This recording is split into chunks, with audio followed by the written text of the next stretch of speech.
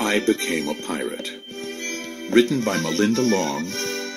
Illustrated by David Shannon. Now it's time to hear the story. Click on the green arrow when you want to go to the next page. Click on me if you want the pages to turn by themselves.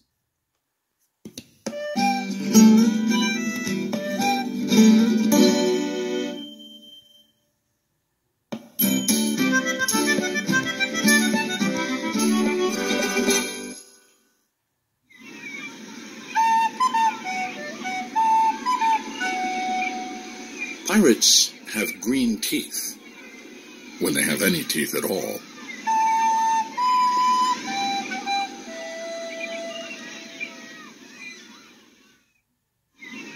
I know about pirates because one day, when I was at the beach, building a sandcastle and minding my own business, a pirate ship sailed into view.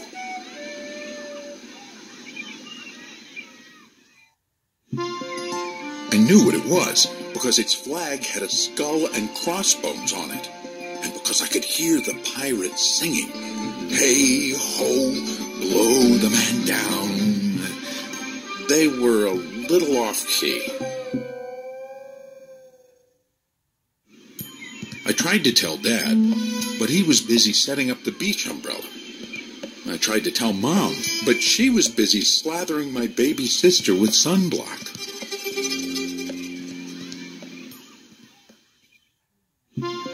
So I went back to my sandcastle, but I kept an eye on the pirates. By then, they were rowing to shore.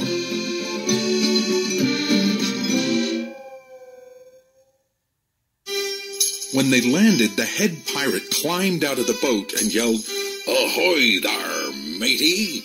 Be this the Spanish Main?" "No," I said. "This is North Beach."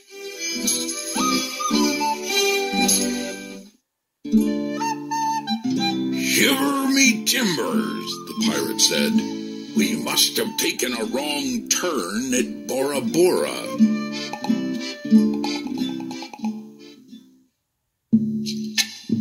He walked around my sandcastle.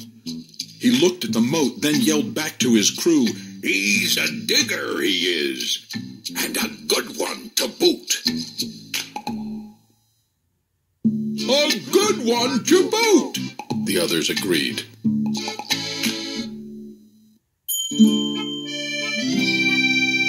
"What be your name, matey?" the head pirate asked. "Jeremy Jacob, sir," I told him. "Well, Jeremy Jacob," he said, "you're looking at Braidbeard and his crew. We've been needing a digger like yourself. We've a chest of treasure to bury." "Aye, treasure!" the others shouted. "You're coming with us," Braidbeard told me. I didn't think Mom and Dad would mind as long as I got back in time for soccer practice the next day.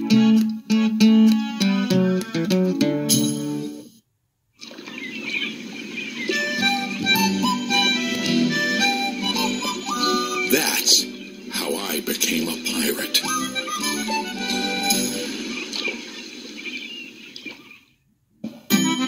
As soon as we were on board, Braidbeard showed me the chest of gold and jewels. "Gotta find a safe place for this here treasure. It's high time we were off," he announced. "We're off!" we all shouted. And then we set sail.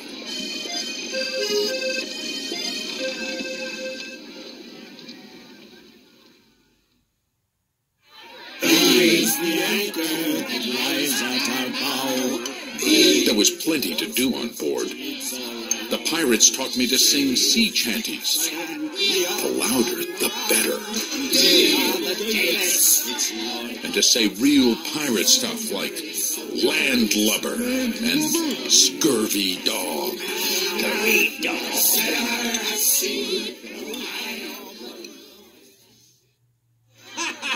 By dinner time, I could speak pirate perfectly. Like a sailor. I also learned pirate manners. Braidbeard pounded his fist on the table and yelled, "Down the hatch, me laddies!"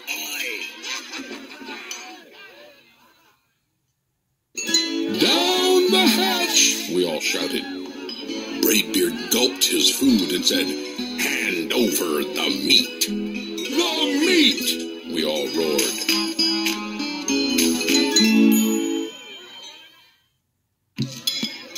Nobody told us to finish our spinach. There wasn't any. Or to chew up our carrots. They weren't allowed on board. We talked with our mouths full, and nobody said please or thank you.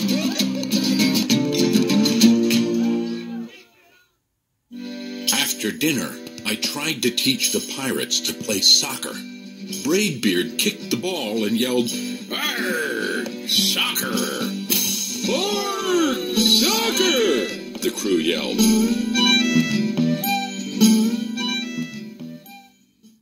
Then everybody dove for the ball at once, and it rolled right off the deck. "After it, me hearties!" Braidbeard commanded.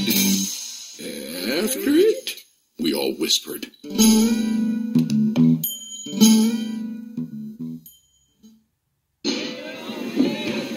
We fought over who would go get the ball, but it didn't matter anyway, because a shark came along and swallowed it in one gulp. So much for soccer. By now, it was past my bedtime, but nobody tells pirates to go to bed, to take a bath, or to brush their teeth. Maybe that's why their teeth are green. Pirates sleep with one eye open, just in case. And they don't change into pajamas, unless they want to.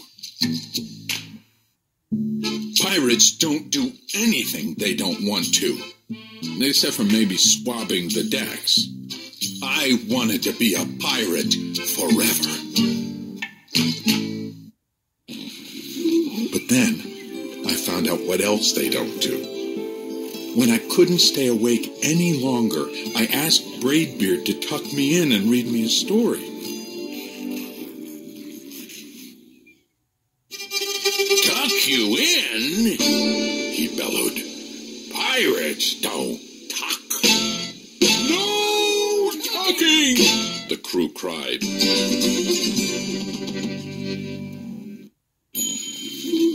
And the only thing they had to read was a map. "Don't you have any books?" I asked. Braidbeard looked confused.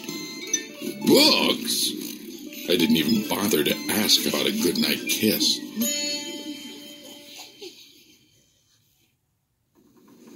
It wasn't easy to fall asleep without a story, but I was finally dozing off when a storm broke. Thunder boomed and lightning flashed.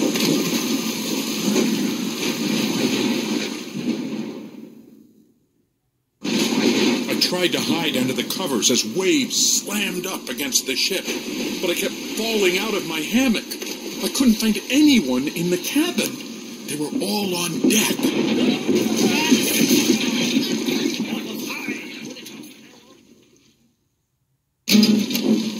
"Lower the sails!" Braidbeard shouted. "Batten down the hatches!"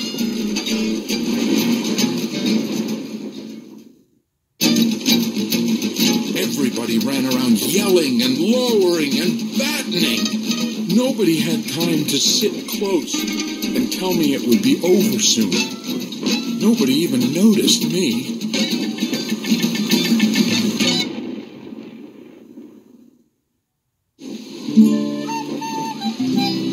I decided that I didn't want to be a pirate after all.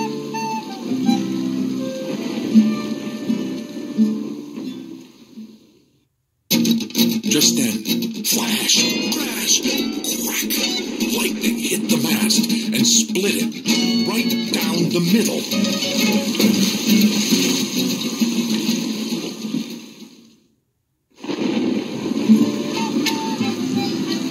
What'll we do now? Yelled one of the pirates. We'll have to turn back, called another. But the treasure, hollered Braidbeard. Where will we bury the treasure?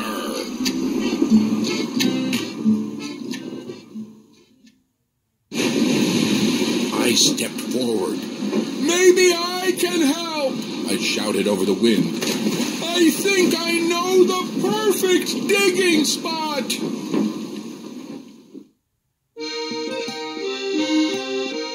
When the storm was over, we rowed back to shore and buried the chest. We drew a map so we could find the treasure again, but I don't think I'll need it.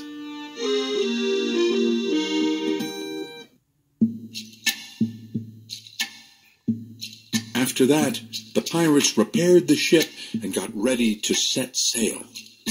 Before they left, Braidbeard handed me a flag and said, "You make a fine pirate, Jeremy Jacob."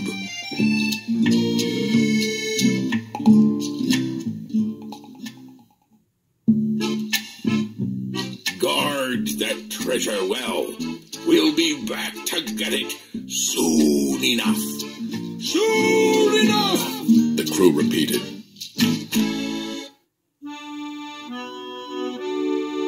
And if you ever need us, Braidbeard added, just run the Jolly Roger up yonder pole. Up yonder pole, the others shouted. And maybe I will, but not today. I have soccer practice.